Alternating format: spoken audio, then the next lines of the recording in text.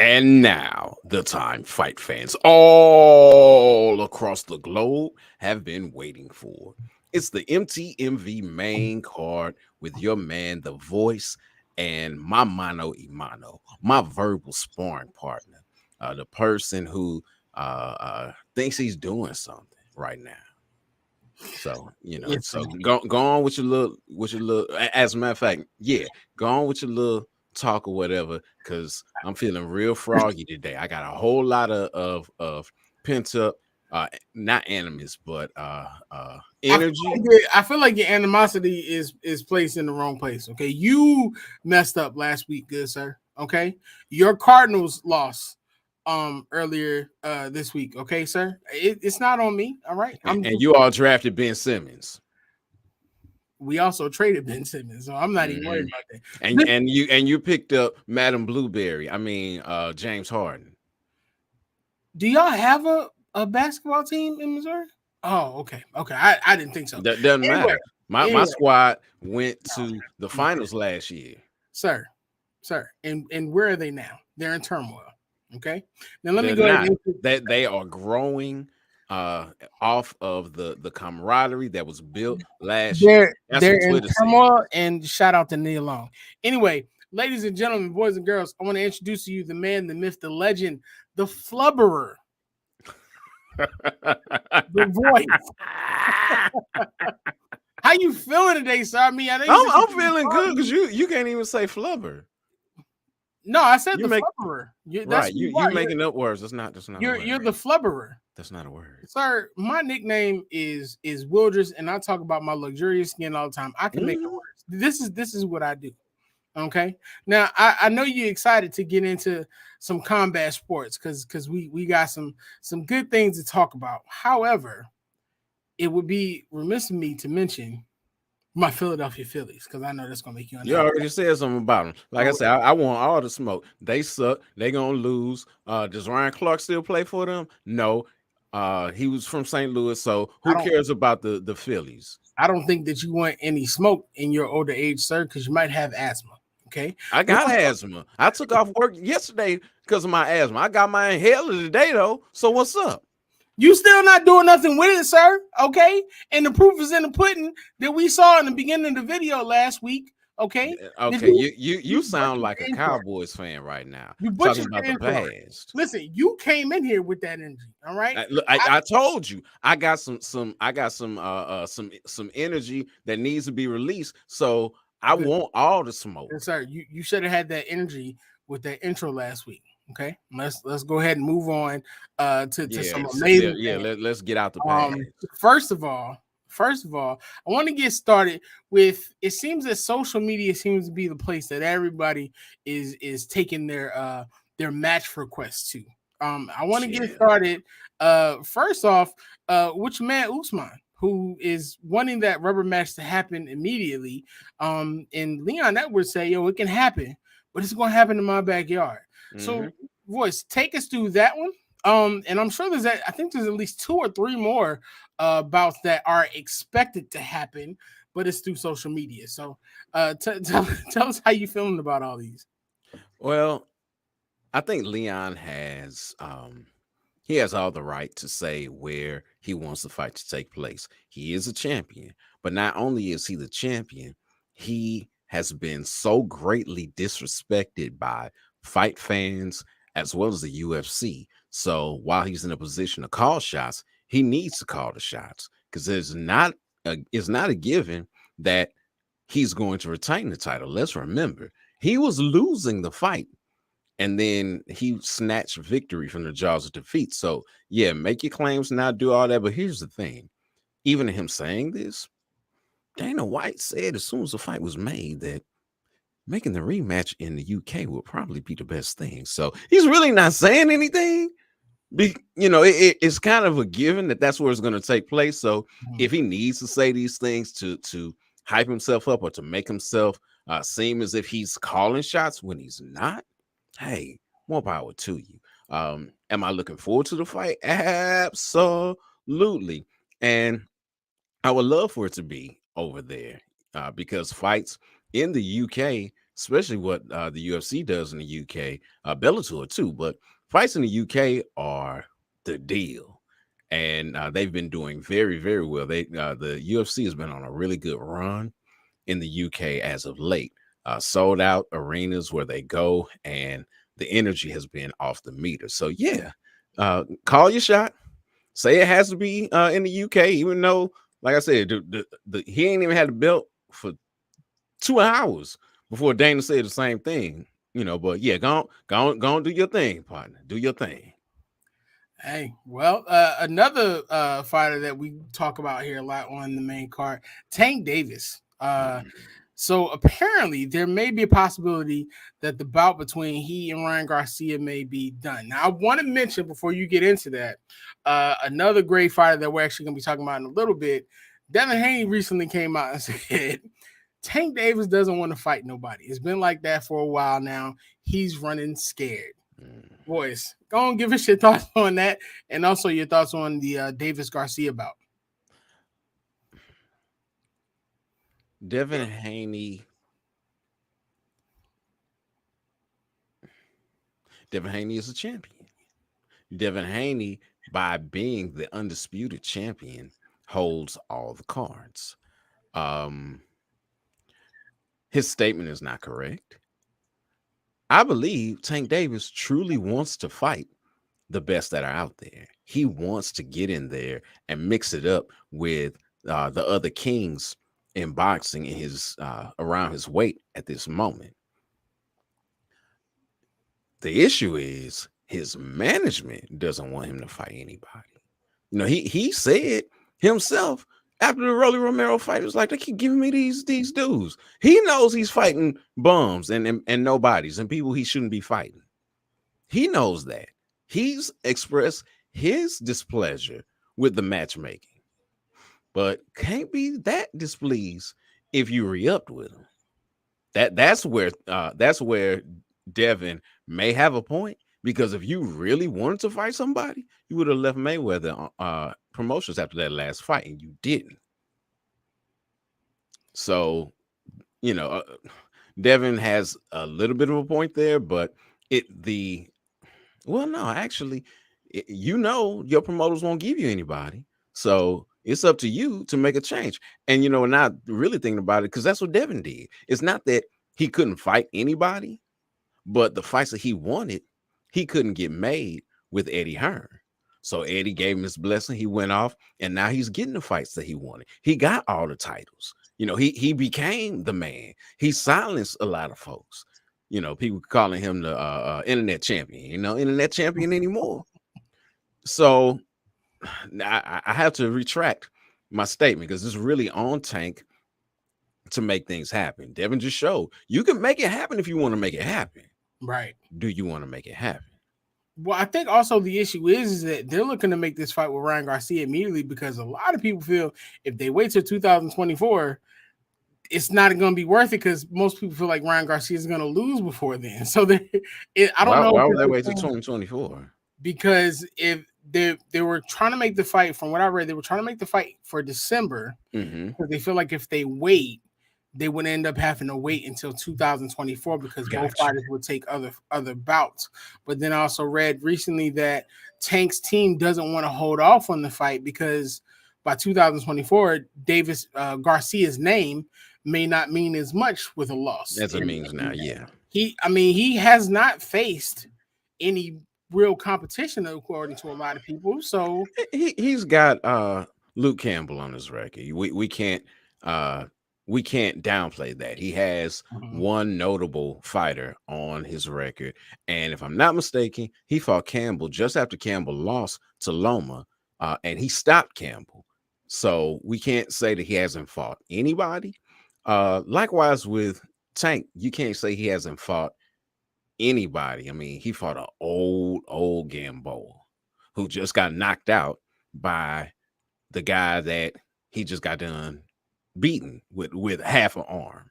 So it's he's got some names, but generally they are much lighter in weight than where Tank has been fighting, and they just came up for that fight. So there was a built-in advantage because Oh, of the favorable matchmaking. okay. So we got Usman Edwards, Hmm. Davis Garcia. Yeah, So and let me say this because I didn't say I do want to see that fight. Um, I think Tank takes it mhm, because it- I'll say this: his fight with Cruz showed me a lot. Before then, Tank was strictly known for his power, which is great, excellent power. But in that fight, he showed he could box, and that's a wrinkle that no one really knew about, and they didn't have to know about it because he was knocking everybody out. So I do want to see the fight with Garcia, and I give the edge to Tank. okay. As much as I talk about the whole matchmaking piece, if they get this done, that will be a great benefit to Tank, and it'll be someone that we can say that he's fought. Great. Okay, so with those two fights, going along with those two fights, who else should we be expecting to hear from before the end of the year, or who are we looking forward to for the beginning of the year? We should expect to hear Tyson Fury do something because if he doesn't fight somebody in a minute, he's gonna get locked up. Like he is going stir crazy right now, retiring, unretiring, calling out bums. Matter of fact, well, they're saying that he's going to do, or I should say, what's in the front running for him is I want to say Dillian White. It's not him. It's Derek Chisora. Derek Chisora for a Mhm. third time. And I remember when his name came up, Tyson Fury saying, "Son, this is the fight that everyone wants to see." Who is everybody? Maybe everybody in your house, but no. I mean, did he look decent, or I should say, did he win his last fight? Yeah, he did. Chisora won.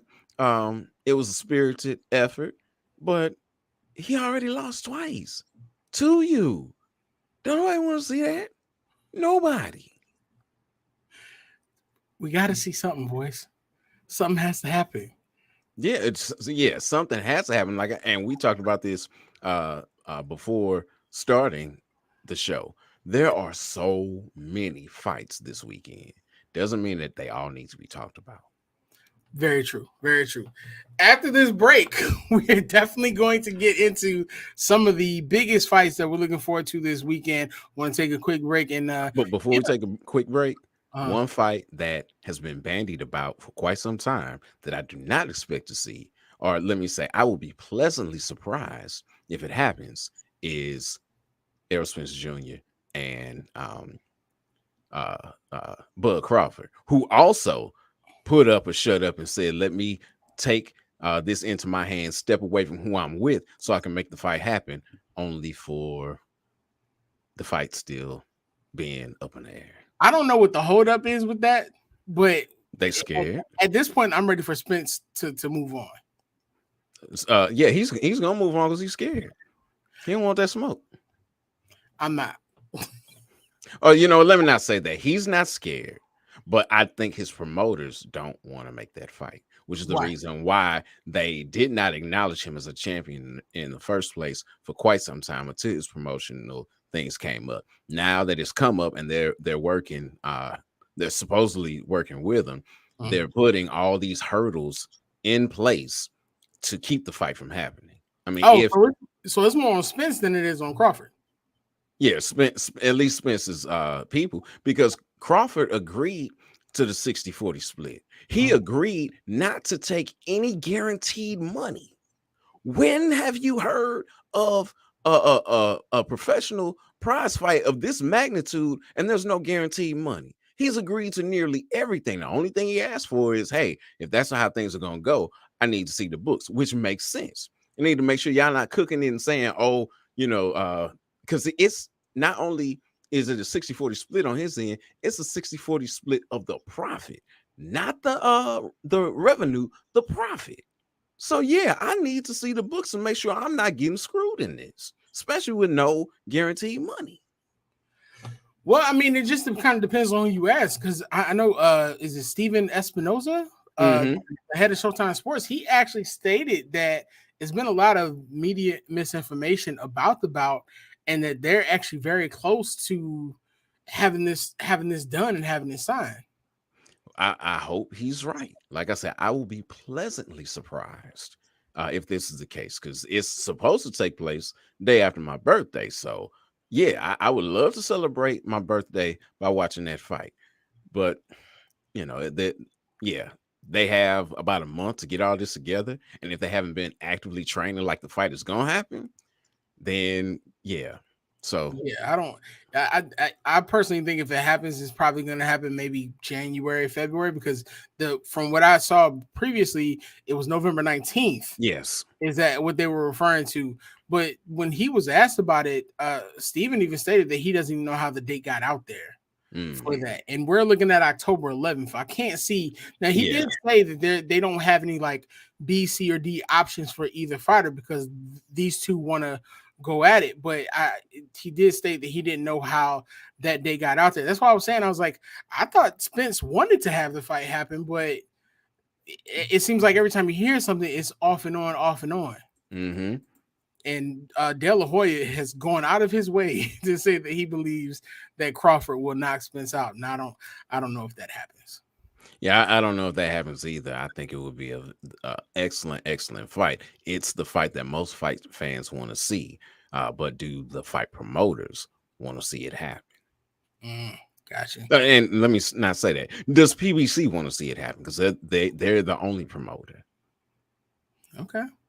Well, we will see what happens when we come back from this quick break from our sponsor. We got some great fights. We're going to talk Deontay Wilder. We're going to talk Clarissa Shields. So definitely hold on to it. We come back after this quick break from our brand, Ozell.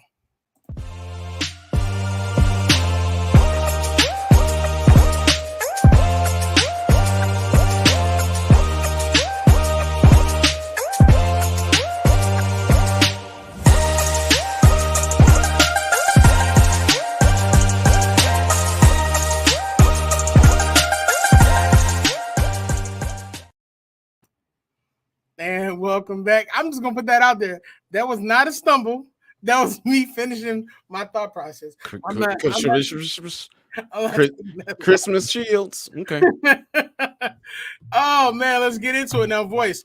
A fight that people, I don't know if people are excited about, but they are excited to see this fighter return. Deontay Wilder has not been seen in a boxing ring since the October trilogy lost to Tyson Fury last year. Now, this Saturday, live from the Barclays Center in Brooklyn, Wilder not only makes his return, but he's looking to potentially set himself up for another title shot when he faces Robert Helenius in a 12-round bout. Now, most people are kind of like, who is Robert Helenius? Now, while he may not be a household name, he's definitely no slouch. He actually comes into Saturday with a 31-3 record, having won his past 3 fights via TKO. And one thing to notice here, none of these bouts have went past the 6th round. Now, over a little more than a year ago, there was talks that Deontay Wilder actually had one foot out the door after that second consecutive loss to Fury, and that he was looking to actually possibly call it quits. So, Voice, I got 3 questions here. First, what should we expect from this bout? Second, what does a win from Wilder do here for him? And finally, who should Wilder face next? Because I'm hearing it could be more than Tyson Fury that he's looking to face. Okay. As I've shared with you and with our lovely audience more than once, my mama said, only give him 2 things at a time because he's gonna forget one if you give him 3. And I've forgotten nearly every question. So why don't you just give me the first one and then come with the second one and then come with the third? Okay, first off, what should we expect in this bout? We should expect Wow.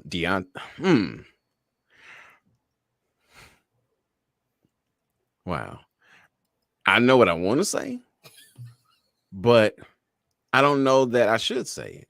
I'll say this. If history proves us, if things go according to plan, we should see a triumphant Deontay Wilder starching Robert Helenius. You said he's not a slouch, and I understand why you say that because he's 33-3-1, I believe. No, 33. I'm sorry, 31-3. 31-3. So he's got a decent record. Like you said, he has knocked out his last three opponents, two of them being the same person, in Adam Kovnacki, and he put a stop to his undefeated streak, which is why they ran it back again. It was like, okay, hold on, this wasn't supposed to happen, and then he knocked him out again. So that has definitely put him in a great place where he'll probably make a career high payday in this fight. But he's lost to and been knocked out by people like Gerald Washington. You know Gerald Washington, right? Yeah. Yeah, me neither. He lost to Dillian White, which okay, we know about him. He also got knocked out by Johan Duhaupas. You know him, right? No. Yeah, me neither. So he's beat a lot of people, and that says a lot. But as far as having the quality of competition, that's a different story. And he has again not only lost, but been knocked out by people that, yeah, outside of me just saying their names, you probably have never heard of. So again, what to expect? We should expect Deontay Wilder to be triumphant. If Helenius were to keep this knockout streak going, ooh man, he will be next in line to fight Andy Ruiz on Cinco de Mayo, which is probably not. I think this is your last question. Who do we expect Wilder to face? Yeah. That's the fight I expect to see happen, unless Tyson Fury is successful in whatever fight he has, then I could see that possibly happening a fourth time. But Tyson Fury, outside of fighting in the UK, has got some issues because of his connection with Daniel Kinahan. He can't get in the US. His brother can't get in the US. So, it could be Fury that he would face. It could be AJ that he would face. That was something that was being bandied about. I don't like that fight for AJ either. No. But more than likely, it'll be Andy Ruiz on Cinco de Mayo week. But is that a good fight for Andy Ruiz to take? Is it a bad fight for Andy Ruiz to take? It don't feel like that would be a good choice. Not on Cinco de Mayo. Why not?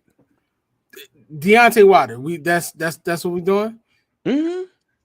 Okay. Okay. Right. Let us remember that before he faced Tyson Fury, that he won by the skin of his teeth many times.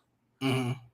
He has to knock. So, he has to catch you with that shot, which anyone can get caught within that time. And he said, I only have to be perfect for like 10 seconds. You have to be perfect for 12 rounds. And he's right. That sounds like Leon Edwards. Hey, but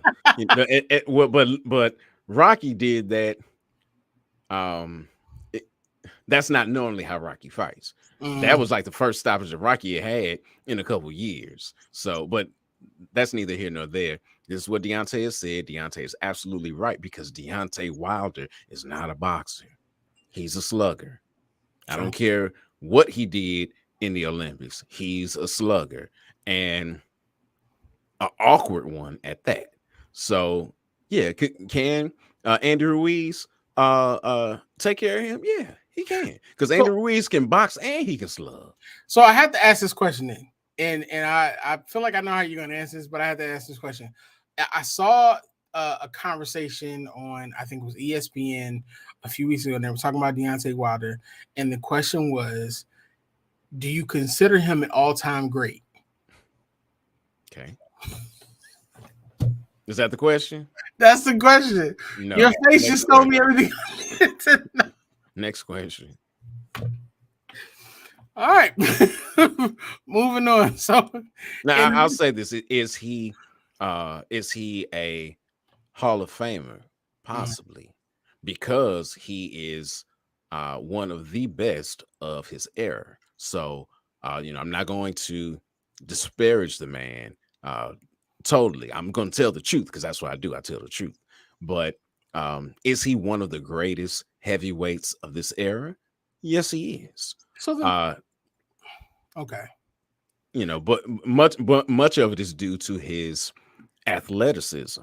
And as time continues to tick on, and we don't know, which is why I'm really interested in seeing this fight. We don't know what he's going to be like after these drubbings. Each time he's lost, he's come back, or I should say, his statements have gotten, pardon the pun, wilder and wilder. all right. So I really want to see what he looks like, and if he's still the bomb squad screaming Deontay Wilder that we've known. Okay, fair enough. I mean, for me, I'm just kind of like if you're a Hall of Famer, I feel like you're an all time great automatically. But I can understand the difference. But I don't know. I see a lot of people say that it's with Deontay Wilder, you either really like him or you don't. There's really no in between. So I get it. Let's move on. So in this week's Voices Marquee matchup, we don't have any brawlers such as Deontay Wilder. Oh yeah, we do. Do we? Are we considering? Okay. Or let me not say that. We have people who can brawl? Absolutely. Yeah, but they're not. So we have what looks to be this is going to be a flyweight contenders bout with both fighters actually seeking to gain footing for the winner of the flyweight championship bout that's actually scheduled to take place at UFC 283. So Voice, tell us about this Voices Marquee matchup, why and what we should be looking forward to. So the Voices Marquee matchup for this week is Askar Askarov versus Brandon Royval. I'm not gonna say Brandon's nickname because it's not safe for work. Anyway, that's gonna be on the Alexa Grasso, Viviane Araujo card out of the Apex on Saturday the 15th. The reason that this is the Voices Marquee matchup is because of what you said. The likelihood of the winner fighting for the flyweight title is very, very, very high. Askar Askarov was a champion regionally in one of the more premier organizations in the Caucasus Mountain area. He has been doing his thing. He's had some issues with weight, though. He's had some issues, been kind of up and down with weight. When he fought last, he fought Kaikara France, who went on to fight for the title next. So he was right there knocking on the door of fighting for the championship. And that was his very, very first loss. What will he do in this fight? Will he be able to bounce back? Is he damaged goods now? I don't think so, just because of how the mental toughness, I should say, of the people, from that area. I don't think this loss is going to derail his career. It's a stumbling block, but not a absolute setback. Whereas Brandon Royval he's just an absolutely amazing action-packed fighter. He's 3-2 in his last 5. Askar is 3-1-1. He's got a draw in there, and that draw, if I'm not mistaken, was to the champion, or to the former champion, I should say, and now the interim champion, Brandon Moreno. And that's correct. It was a split draw that he had with him. So he's got history with people at the top. He lost to Kaikara France, but he had a draw with the multiple-time champion in Assassin Baby. Whereas Brandon Royval, like I said, he's 3-2 in his last 5. But he is just action personified. Every time he is in the cage, it's gonna be a fight, and it's gonna be a fight that you want to sit there and watch. At being at 125, they move so quickly, so rapidly. They are so skilled as well, which is why you said something about the brawling aspect. But yeah, I almost said his name, Brandon. Brandon, he puts it down. He puts it down. He's also had a lot of experience with the upper echelon. He beat Kaikara France. He lost to Brandon Moreno, but it was because he hurt his shoulder. He's lost to perennial contender in Alexandre Pantoja. He put the brakes on Rogerio Bontorin's hype train, so he's looking to do the same thing with Askarov. And it's probably going to be more of a striker versus grapplers match. And I don't know if Roy Vol has the grappling chops to stop him, because that's all he needs to do. He needs to stop the takedowns. The way that Asker chains those things together is amazing. Oh, and he's deaf, just in case anybody doesn't know about him. So that uh he's in there, he's fighting, but he really can't get the help of his corner because he can't hear. It should be an absolutely phenomenal fight. This is why it's the Voices marquee matchup, and on top of that, has major title implications, as does the main event on that card.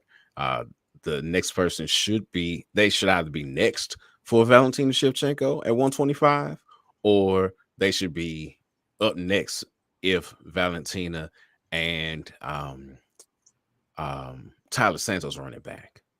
Okay. Okay. Yeah. So I mean, it's actually good to know here, as far as because Royval recently stated that chaos in firefights is something that he thoroughly enjoys. In his 6 UFC appearances, he's actually won Fight of the Night 3 times. And another note that I actually found here is that these two actually have 4 UFC opponents in common. Askarov is 2-1-1 against them, while Royval is 2-2. The only common outcome that they have is their matching wins over Tim Elliott. So that's definitely going to be exciting to see. The chaos and firefights is enough for me already, so I don't need to see anything more about it. So going from that to another bout that I'm not sure how we feel about it, voice. I'm not sure if we're going to be excited, but when you think of sequels, you get excited because you think of stuff that we want. We got Bad Boys, we got Ghostbusters, you even had The Godfather. Now, in this case, I'm not sure that this is something we want, considering what we saw in the first bout. Now, taking place live Saturday, October 15th at the Rod Laver Arena in Melbourne, Australia. Ching ching. No. That's Rod Laver. That's how. No. That's how it literally is said by the Australian man in the video that was doing the promo for this bout. Now I didn't watch it, and I do my pronunciation, sir. You're not about to get me, man. That's okay. We're in the U.S. Devin Haney takes on Devin Haney, the undefeated, undisputed lightweight champion, puts his IBF, WBA, WBC, and WBO belts on the line against George Kambosos Jr. in a mandatory rematch. Now, the original saw Haney defeat Kambosos by unanimous decision in what many considered a very soundly win.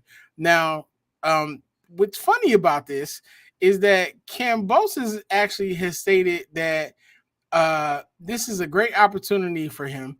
He feels like he said that he feels like that now that they have a brand new referee in this bout, they're really excited because Haney held him most of the fight, and then it's tough on him, and if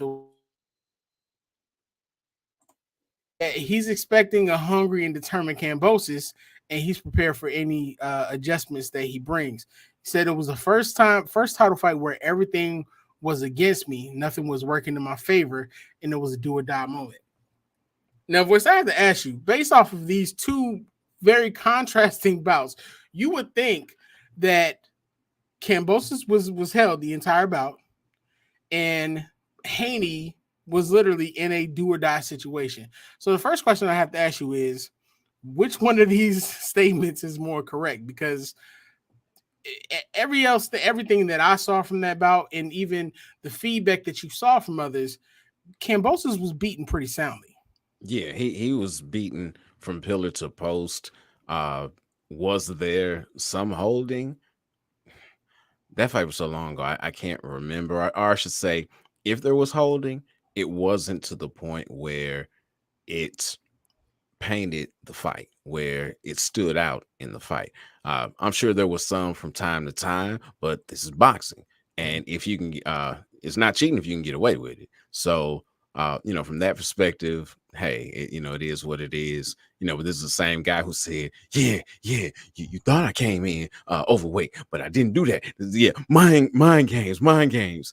Yeah, and the mind game was I lost, so I could come back and beat you in the what's the name? Yeah, for less money in a smaller arena and all that. So you have to take what Kambosos says with a grain of salt. With that being said, I believe it was more of a do or die for Haney, because he, like we talked about in the first segment about Tank and about Crawford, he cut ties with his promotion to make the fight happen.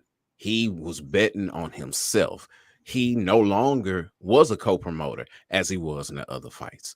So he's taking less money and greater risk going over into Kambosos' backyard, having everybody against him. Let's not forget, his dad didn't get cleared until, maybe about 36 hours before the fight. So yeah, he was in a do or die situation, because had he lost, that was pretty much it for him. Mm.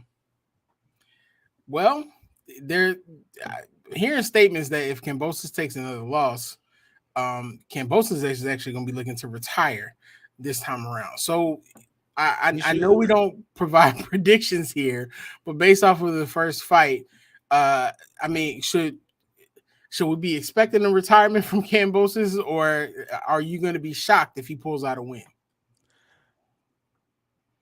Yes, to both. I'll be shocked if he pulls out the win. Should he be looking to retire? Yes, because there's really nothing else for him to do. He's gotten paid handsomely from that last fight. He's going to get paid very well from this fight. And if you lose, what are you going to do next? Let's not forget, though he did beat Teofimo Lopez, that was his third split decision in a row. And had Teo not had the issues that he had, let's not forget that as well. He literally could have died in the ring because he had a torn esophagus and he got hit the wrong way. It would have been curtains for him. Having all kind of issues, neck blowing up after weigh-ins and all that stuff. He wasn't fighting the Teofimo Lopez that we know and love. A Teo that was going through all kind of stuff, not just physically, but behind the scenes. And he was just able to get the split decision before that. And again, the other fights that he's had of notable people, Lee Selby, Mickey Bay, split decision wins. So if he were to beat Haney, yes, that would be a surprise. Again, would I be surprised by retirement? No, that'd actually be really the smart thing to do, because from here on out, you are a stepping stone for whoever it is you fought, because you're a former champion. Makes sense. I mean, it's definitely going to be an exciting fight no matter what. I mean, of course, they're still in Kambosos' backyard, but just seeing how Haney's going to go into this more composed, especially considering the fact he felt like people didn't really give him much credit until this fight. So I'm looking forward to seeing what happens, and also the excitement of what's going to be next for Haney after this bout with a win. Because, I mean, literally all the cards are in his hand at this point. Yeah. Awesome. Well, finally, wrapping up your amazing weekend of combat sports, Saturday, October 15th in the O2 Arena in London. It's going to be historic.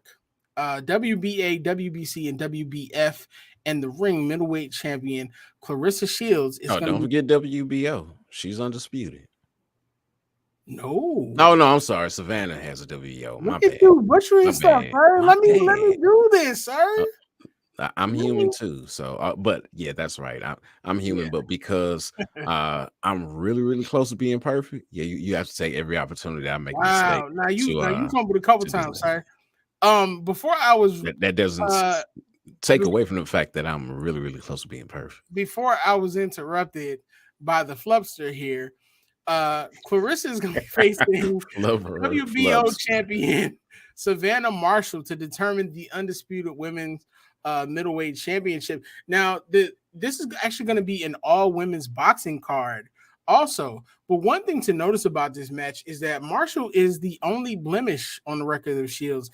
And she's stated that she's looking to replicate her 2012 win in which she believes is going to be the biggest fight of her career. Now, Shields is also looking to kind of deal with that loss in the past, but she also said that she's actually focusing on the future and the possibilities, and stated that her last fight against Marshall, she was a completely different woman, and she's going to prove it on Saturday. Boys, Clarissa's been amazing so far in her career. We do know that there was this one loss with Marshall. What should we expect from this bout? And does Savannah Marshall truly have a fighting chance when you compare who Clarissa was then to who she is now? What to expect is a very spirited fight between the two. We should expect a lot of animus. We should expect a lot of vitriol. We should expect some bad intentions. We should expect all of those things.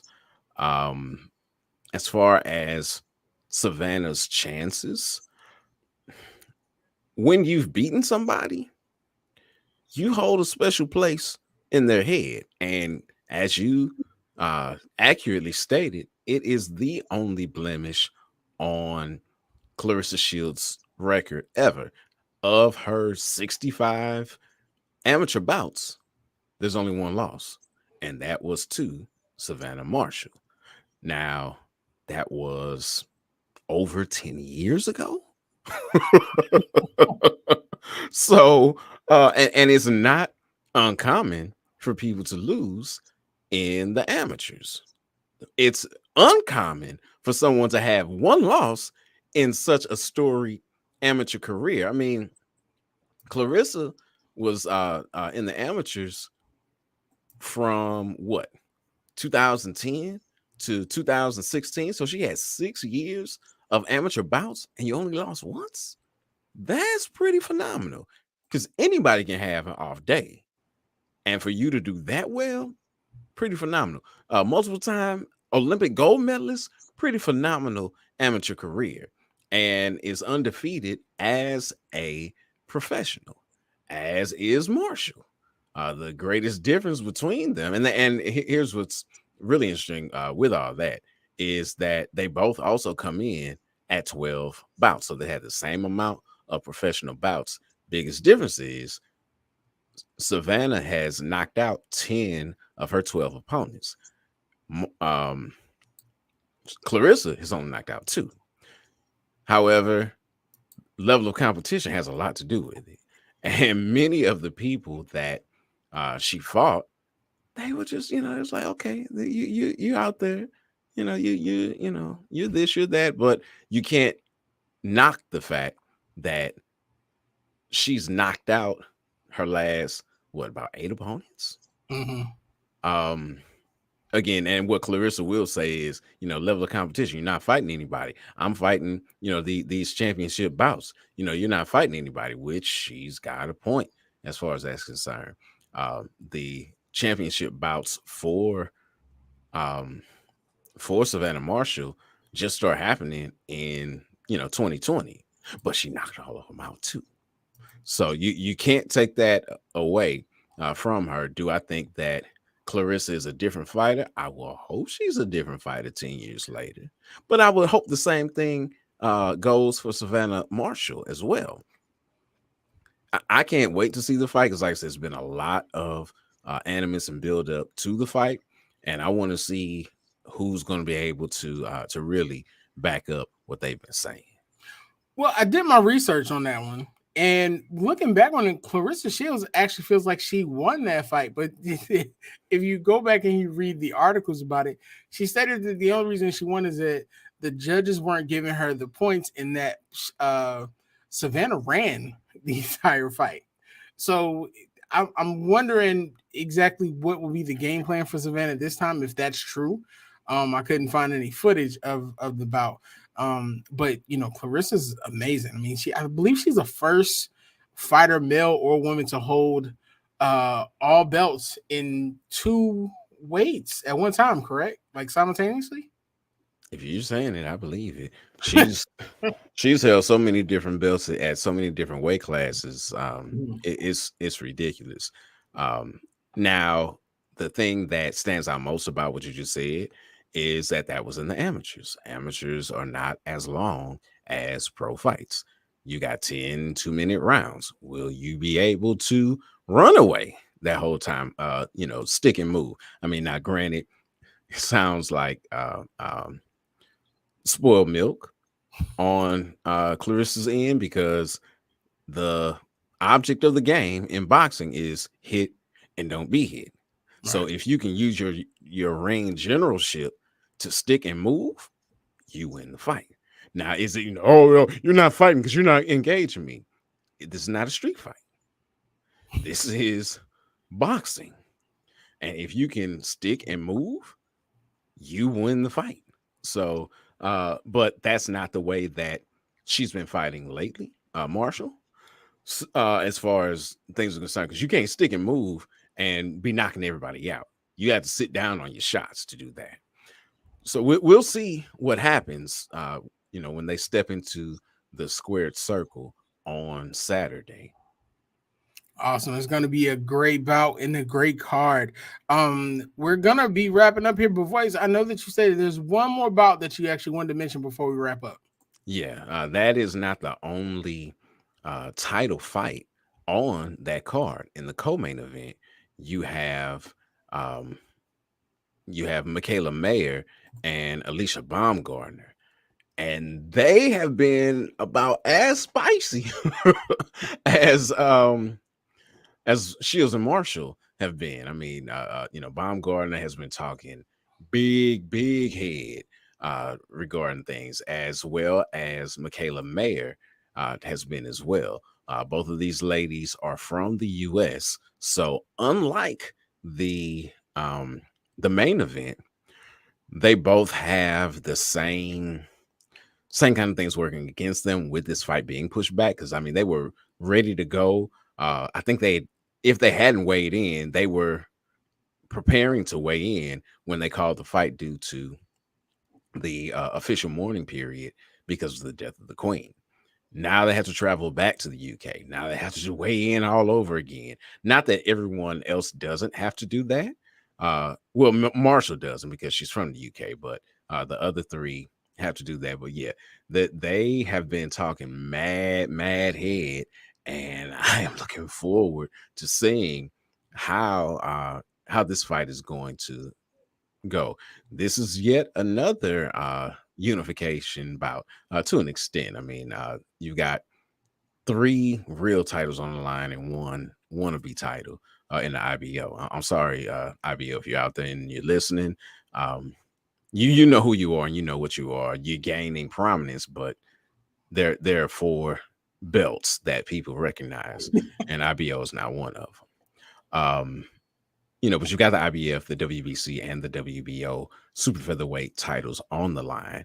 A win should really have the winner looking to move up in weight to try to face Katie Taylor. Katie Taylor, outside of Clarissa Shields, is the face of women's boxing, and she's been plying her trade at 135.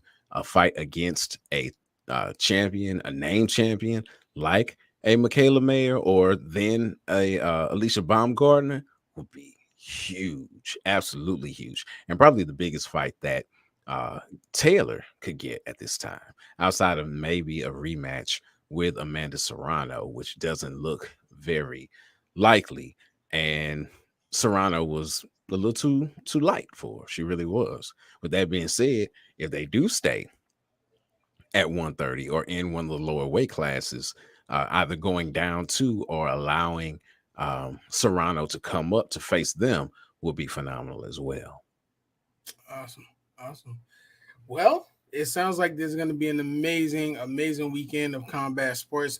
We thank you for joining us again for another amazing episode of the main card. You got to see me be basically perfect for another episode, and Only one almost perfect person you saw on the Swiss this. falter twice, and the second time was just tragically. But it's okay because we get knocked down and we get back up. I think that's the song. It is. Yeah, definitely.